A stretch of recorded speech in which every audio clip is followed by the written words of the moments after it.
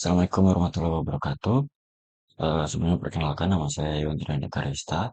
Saya dari program studi Teknologi Rekayasa Otomasi Universitas Diponegoro. Saya merupakan mahasiswa angkatan tahun 2024 dan eh, 3 digit NIM terakhir saya 060. Nah, pada video kali ini, pada kesempatan kali ini saya akan membahas mengenai VFD dan motor induksi. Jadi langsung aja, nggak usah lama-lama. Pertama kita masuk dulu ke konsep VFD.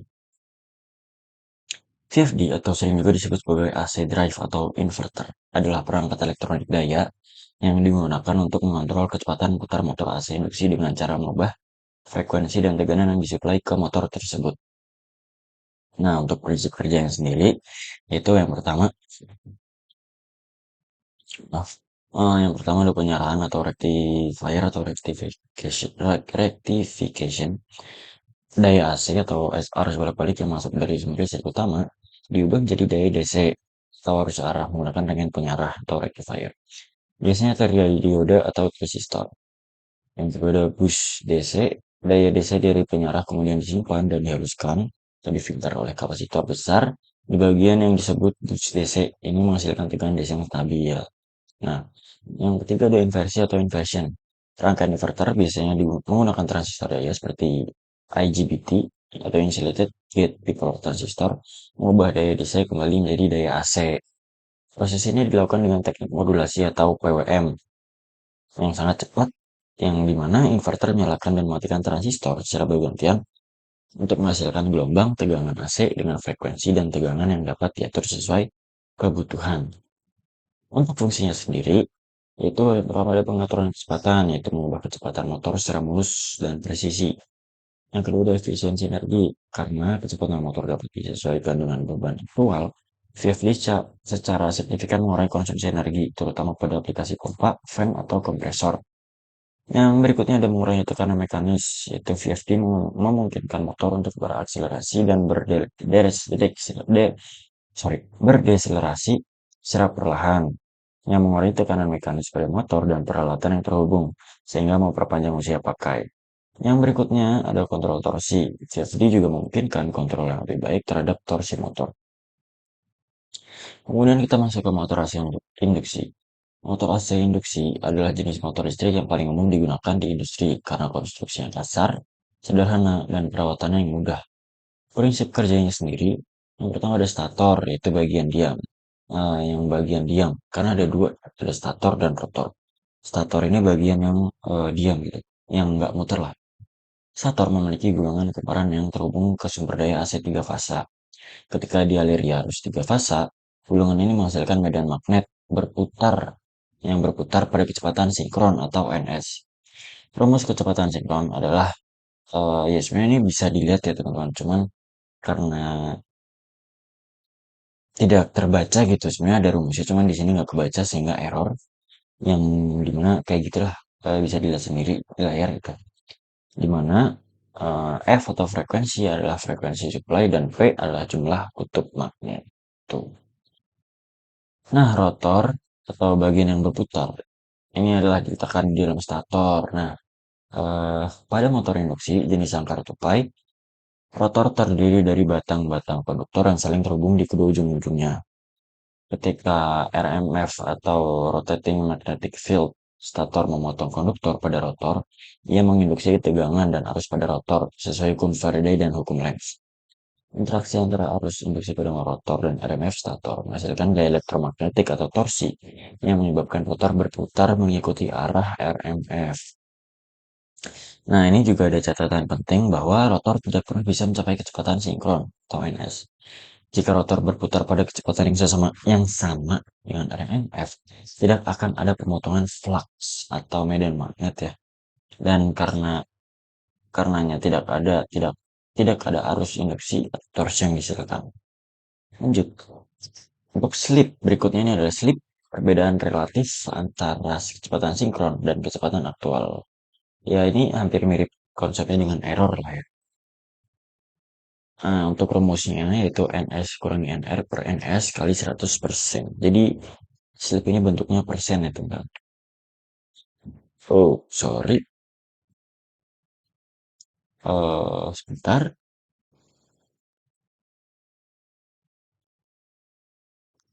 Oke, teman-teman, maaf tadi ada slide yang belum saya edit. Nah, mungkin cukup sekian ya. Di sini aku juga bakal, sorry, sorry, belum, belum. Sebelum masuk ke video, aku bakal masuk untuk membahas mengenai datasheet dari VFD 3 fasa. Di sini yang pertama itu ada kategori. Yang pertama daya keluaran atau output rating. Parameternya itu daya motor yang cocok, arus keluar nominal, tegangan keluaran. Nah, spesifikasinya juga ada di sini. Untuk penjelasannya sendiri, di sini juga ada untuk daya motor yang cocok itu daya maksimum motor induksi standar yang direkomendasikan untuk dikendalikan oleh VFD. Untuk arus keluar nominal adalah arus maksimum yang dapat disuplai secara kontinu oleh VFD ke motor pada frekuensi nominal. Dan ini harus lebih besar dari arus nominal atau IN, arus nominal motor, sorry. Nah, untuk tegangan keluaran, VFD mengeluarkan tegangan dan frekuensi yang bervariasi. Nah, spesifikasinya juga bisa dilihat di sini. Yang kedua ada kategori daya masukan atau input. Tegangan masukan, spesifikasinya itu 340 volt hingga 460 volt. Itu untuk AC 3 fasa. Rentang tegangan sumber listrik AC yang dibutuhkan untuk VFD. Kemudian masuk ke arus masuk nominal itu 17,5 ampere, arus yang ditarik VFD dari sumber utama pada beban penuh. Sebelumnya juga ada frekuensi masukan yaitu 50 atau 60 Hz. Frekuensi sumber listrik AC standar lah itu. Kemudian berikutnya kategori kinerja dan kontrol. Kapasitas beban lebih 150% selama 60 detik. Kemampuan VFD untuk menahan kelebihan arus sementara. Misalnya saat starting atau akselerasi. Itu melebihi arus nominal. Metode kontrol. V per F control. V atau F control. Sensorless vector control atau SVC. Sorry lah. Cara VFD mengatur motor. Itu SVC atau SVC menawarkan kontrol torsi dan kecepatan yang lebih baik daripada kontrol VPF sederhana. Sederhana. Tentang frekuensi keluaran yaitu 0,5 Hz hingga 400 Hz. Tentang frekuensi yang dapat dihasilkan VFD untuk mengatur kecepatan motor. Spesifikasi umumnya, nah ini dia peringkat pelindung atau IP rating. IP20 tingkat perlindungan terhadap masuknya benda padat dan cairan. IP20 berarti terlindung dari benda padat, tetapi tidak terlindung dari air sehingga harus dipasang di dalam panel. Metode pendinginan udara paksa atau kipas. Cara VFD menghilangkan panas. Itu menggunakan kipas. Suhu operasi -10 derajat Celcius hingga 40 derajat Celcius. Batas suhu lingkungan di mana VFD dapat beroperasi dengan spesifikasi penuh. Nah, buat spesifikasi datasheet dan lain-lain udah aku jelasin juga. Sekarang kita masuk ke penerapan simulasinya. Di sini aku ada video saat aku melakukan Tiklom menggunakan VFD dan motor induksi. Mungkin bisa aku perlihatkan ya sebentar. Oke, di sini adalah berikut video saya saat menjalankan praktikum. Mungkin bisa disimak dengan baik ya teman-teman, karena di sini juga ada penjelasannya juga. Bisa disimak video. Oke teman-teman, jadi di sini kita menjalankan praktikum mesin-mesin listrik ya teman-teman. Di sini bisa lihat arah di sini dong. Di sini kita atur P-nya dulu. Awal-awal tuh kita pencet. Tampilan awal adalah seperti ini. Kemudian kita pencet prop. Awal P0, terus kita pindah ke P10. Nah, P10 nilainya 1 sudah benar. Kita pencet lagi fang atau data, kemudian P lagi, kita naik ke P, awalnya kita ke P12 dulu. P12 adalah untuk mengatur mode deakselerasi. Kalau 0 berarti nonaktif, kalau 1 berarti aktif. Di sini kita menggunakan mode deakselerasi. Kemudian kita ke P34. P34 adalah mode akselerasi, mengatur kecepatan akselerasinya. Kita di sini mengatur 25. Kita lihat lagi, kalau kita naik ke 42 adalah mode deakselerasi. Kita atur 25. Jika sudah, kita ke prop, kita atur frekuensinya. Jika sesuai modul, frekuensinya adalah 75.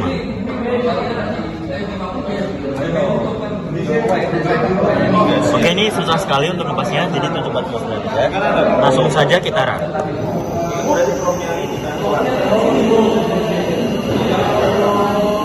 Oke, ini sudah kecepatan maksimum. Balik lagi sini, balik lagi sini. Nah, karena tadi kita mengaktifkan mode deakselerasi, maka seharusnya kecepatannya turun secara perlahan. Oke, kita lanjut. Sorry, kita ulang karena aku tadi ngecek buat apakah aman recordnya. Kita lanjut lagi. Seharusnya kecepatannya turun secara perlahan. Nah, itu sudah turun secara perlahan. Oke, balik lagi ke praktikum berikutnya. Oke, teman-teman, jadi di video ini saya melakukan praktikum yang dimana ada modul yang dikirimkan oleh dosen saya. Eh, Mungkin aku bakal lampirin dulu sebentar ya. Nah, teman-teman, bagi teman-teman yang tadi melihat video masih bingung apa itu P10, apa itu P11, di sini aku bisa jelasin sebentar, sorry sedikit. Pada modul yang diberikan, P10 itu untuk sumber frekuensi. Nilai awalnya 1. Untuk 1 itu pot, 2 analog, 3 RS455. Tadi juga aku kan masuk ke P12. P12 itu mode stop. Nah, ketika kita menyeting 1, maka mode deakselerasi aktif. Untuk ketika kita menginputnya 0, maka mode deakselerasi mati gitu. Kemudian kita juga tadi masuk ke P34 yang dimana itu akselerasi, kayak kenaikan akselerasinya lah. Itu ada pada modul juga sebenarnya. Sebentar. Yap, ini pada modul P34-nya ada 5, 10, 15, 20, 25. Tadi saya mencontohkan yang 25. Kemudian P42 ini juga sama, yaitu kalau ini bedanya bukan kenaikan ya, apa ya, penurunan lah, penurunan deakselerasi. Eh, Ketika kita nyeting P42, maka kita diminta untuk memasukkan input nilai yaitu 5, 10, 15, 20, 25 itu kalau sesuai mobil. Kurang lebih kayak gitulah. Terus juga tadi kan saya menjelaskan ada frekuensi awal, frekuensi di situ tuh untuk kecepatan maksimum dari motornya akan bekerja. Nah, kecepatan maksimumnya 75. Mungkin aku bisa nunjukin sedikit video lagi, sebentar. Nah, di sini ada video ketika. Mau aku sana mertu sana? 659 mau berapa tadi? Udah di. Nah, ini video ketika kelompok kami, saya itu menghitung kecepatan RPM-nya lah, menghitung RPM dari motor. Tuh, kemudian sebentar. Di sini juga ada saya ketika mengukur arus, nilai arus, sorry. 0,7 ampere. Terus. Oh, nggak bisa nyimpan kan? Ya, singkatnya seperti itulah. Mohon maaf karena kondisi kelas praktikum juga sedang ramai gitu. Ya, oke, kita balik lagi. Nah, mungkin kurang lebihnya seperti itu teman-teman. Aku udah memberikan video tentang proses gimana cara kita menjalankan atau mengoperasikan VFD juga. Terus juga ada contoh untuk ketika VFD jalan. Aku sudah memberikan juga video ketika mengukur RPM, mengukur arus juga udah. Mungkin ya cukup sekian. Saya juga minta maaf jika ada kekurangan, entah itu kekurangan saya dalam menjelaskan atau kekurangan materi yang saya berikan. Kurang lebihnya mohon maaf. Wassalamualaikum warahmatullahi wabarakatuh.